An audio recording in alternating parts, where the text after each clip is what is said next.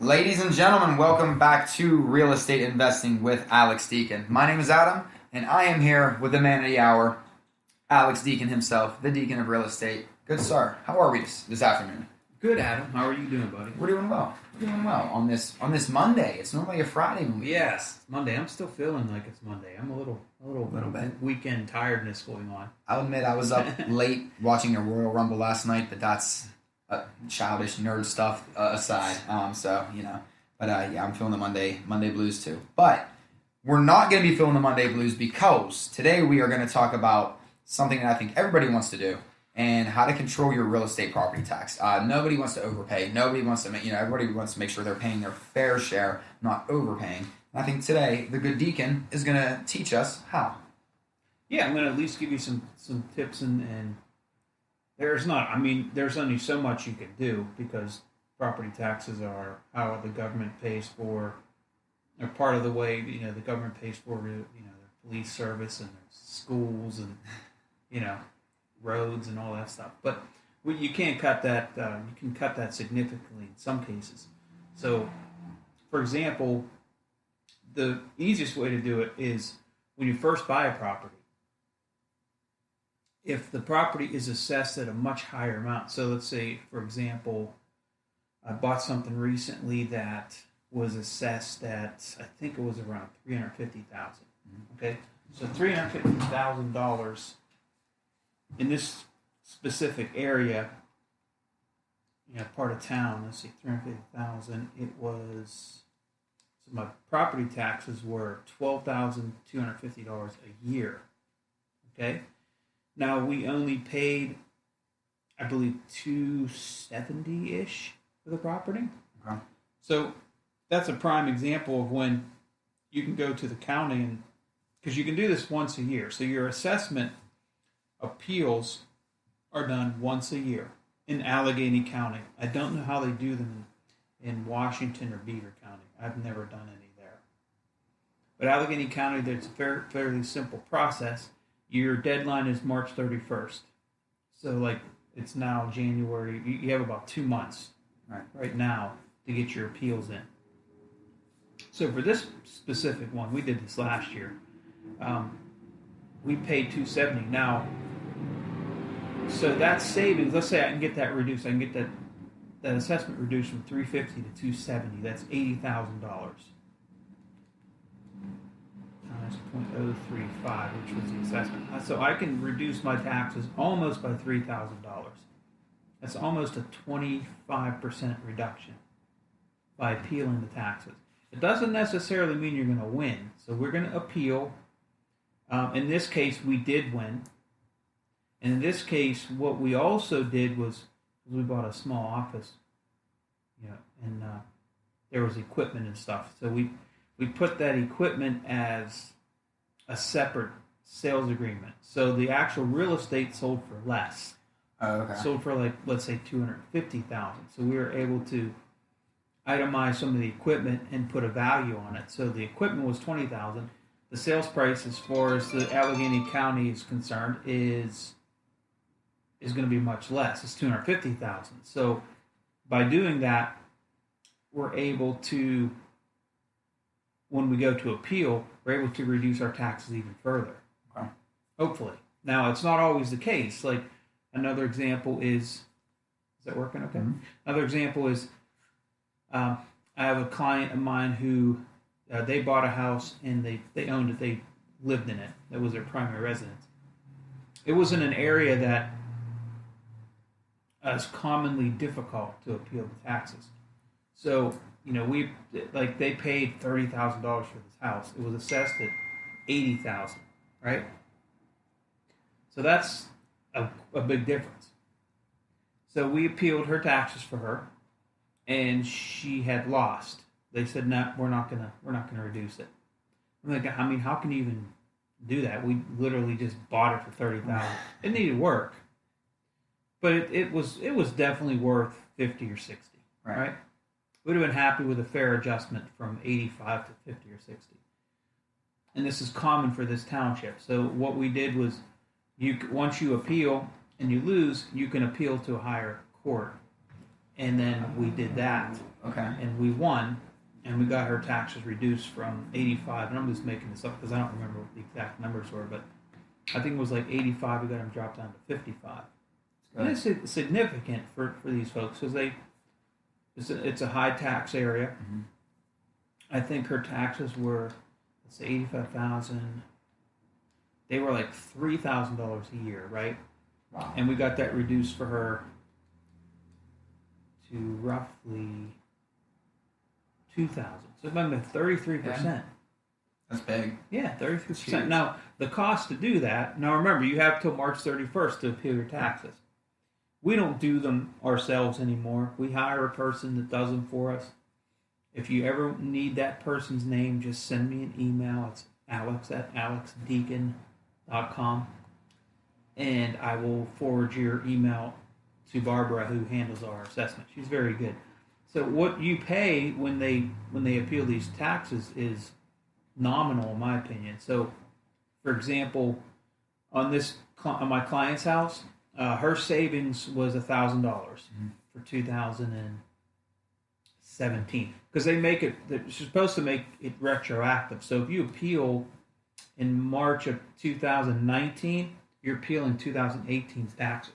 Oh, okay. So they are supposed to send you a refund check for 18 once you win, which could be 6 to 8 months down the road. But they're sending you a refund check for 2018, and then 2019's are reduced. Okay. Okay. Gotcha.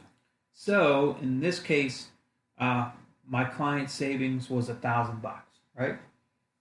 So what Barbara charges is 1/2 of what she's able to save you for the first year. So in this case, her fee was $500, which is awesome because you're getting $1,000 back. You're paying her $500. If she does not win your appeal case, then there is no charge. So it's a no-brainer. She's done it so many times, and yes, I do understand you might want to go down and do it yourself and save the $500 fee that Barbara would charge you, but you got to figure what your time's worth. You got to figure you don't know the process, and she does, and it's just a matter of you allocating funds and time versus doing it yourself. Right. Sometimes the money's worth it. Yeah, most often for sure.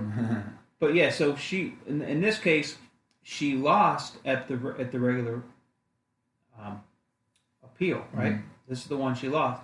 Then she had to go to the next court level, which is I think it's $150 just to file, which of course you, the client, have to pay that, and then she goes through the process of doing that, and she won. So my client was super happy. All right.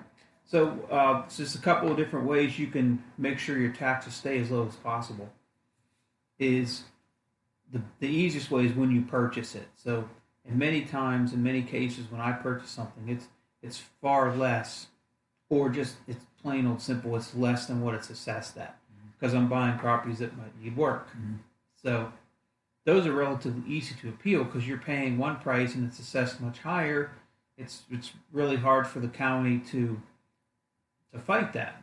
How do you fight something like that? This is fair market value is what I paid for it.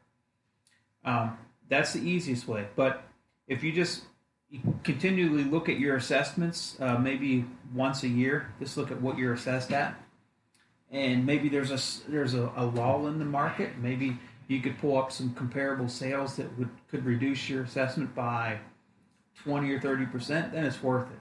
If you're trying to get your assessment reduced by maybe 5 or 10%, with a possibility of you losing, and maybe they would even raise the assessment. I don't know if that would raise an eyebrow with the school district or someone. I don't think I've ever seen that happen, but sometimes it's just not worth appealing them, especially like we have a property that's worth about $85,000. It's assessed at $65,000. I think we paid $35,000. And for us to try to appeal that to get it reduced from $65,000 to closer to what we paid for doesn't make sense because we bought it like 3 years ago. Right. It'd be different if we just purchased it. Right. Because you're appealing a recent purchase, but you're appealing something that happened 3 years ago. which it's just not likely. And to be honest, like I said, we're assessed at $20,000 less than what we absolutely could be. Right. So I'm It's okay a fair gamble. Yeah. Right there, yeah. You just got to know when you can push the envelope. And then the other thing that we discussed is when you're buying something, you can, let's say it's a $180,000 purchase. You can sell personal property as separate from the real estate deal. So even though you're getting a loan on it and so on and so forth, it can be separated, therefore showing a lower sales price when you purchase. Mm-hmm. It's not commonly done, but like I told you in the scenario, we reduced it from 270 to 250. That's like a 7, 8, 9% reduction that helped us get maybe even a lower assessed value. Okay. Yeah, I guess where that can really matter is if you're buying, multi-million-dollar properties, and you can get that reduced. That's the $400,000 or $500,000 to $600,000. It's significant, but yeah, the key is your due date's March 31st. Don't wait till March 30th. Get all the information over to whoever's doing your assessment, or email me and I'll get you Barbara's information. She's happy to take on more business. And that's pretty much all she does. That's about it. That's it? Yeah. Let's see. So this was an interesting one because this is something that I'll admit I didn't chime in as much because this is totally out of my wheelhouse yet as far as that goes. There was a lot of good information though. So I was taking notes basically this entire time. I hope you guys were at home too. Well, not unless you were driving. If you were driving, I definitely hope you were not taking notes. Mental notes that you can obviously write down later on. But no, Alex, thank you so much. This is great information, guys. Again, you have until March 31st. That doesn't mean wait until March 30th. I mean that's obviously the big thing. Sooner than later, please don't procrastinate on this because this is a really great way to not only have some immediate, to have savings, but this will benefit you long term as well. Alex, any last words before we wrap this one up? That's it. I knew it was going to be a pretty quick one, but it is important. Most important is the due date, and if you're not comfortable doing it yourself, just hire someone. If they're going to save you $500 or $600 or $1,000, if they win the case, then Barbara, like her fee is she keeps half. Mm-hmm. So it's a no-brainer. And if you need help with that, just email Alex at alexdeacon.com. Yes. Now, other places you can find us. We are brand new on Instagram. We've been getting a lot of traction on there. All of our new listings have been going up on Instagram. Check us out there. A lot of announcements regarding Alex's meetups if you're in the Pittsburgh area. His real estate workshops, the free monthly workshops. We have one coming up, I believe, February the 9th, correct?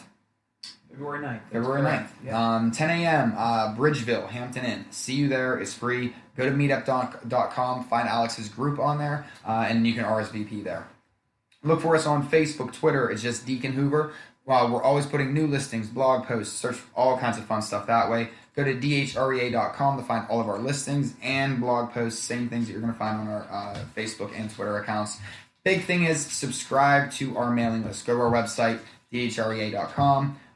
Go to, I believe it's going to be under news and updates. There'll be a place for you to subscribe to our mailing list. The reason why I say that is we have mailer campaigns that go out all the time about some of our newer, hotter listings. And we've been getting a lot of feedback on that, a lot of traction on that. So, guys, you want to be a part of that as well. Especially if you're listening to this, you're probably an investor. So, keep in the network, guys. So, for Alex, for myself, and for everyone else here at Deacon Hoover, we greatly appreciate you.